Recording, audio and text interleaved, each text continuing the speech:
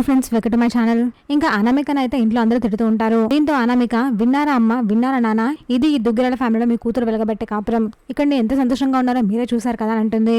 అనామిక, నువ్వు ఒక్క నిమిషం ఆగి ఉంటే, నోరు జారకుండా ఉండి ఉంటే కవి గారు నీతో మనసు విప్పి మాట్లాడేవారు అని కావ్య అంటుంది. ఓహో, నువ్వు చెప్తే తప్ప అతను నాతో మాట్లాడనమాట.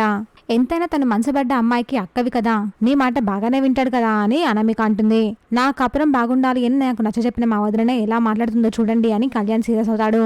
బేబీ, నువ్వు వాగు, మేము మాట్లాడడానికి వచ్చాం కదా, నువ్వు కాస్త అరవకుండా నిదానంగా ఉండు, నీకెన్ని కష్టాలు వచ్చాయి అన్ని మర్చిపోయావా అని అనామిక వాళ్ళమ్మ అనామికతో అంటూ ఉంటుంది. ఏంటి, మీ బేబీకి కష్టాలు వచ్చాయా, చాలా బాధలున్నాయా, ఊరికే తిని కూర్చుంటూ అని స్వప్న సీరియస్ అవుతూ ఉంటుంది. ఇంతలో ధనలక్ష్మి, స్వప్న నువ్వాగు, ఏంటమ్మా నీ కూతురికి ఇంట్లో కష్టాలున్నాయా, బాధపడుతుందా చెప్పమని ఒకసారి తననే, తన వల్ల మా ఇంటి పరుగు పోతుందా, మా వల్ల తను ఇబ్బంది పడుతుందా అంటుంది ధనలక్ష్మి కోపంగా.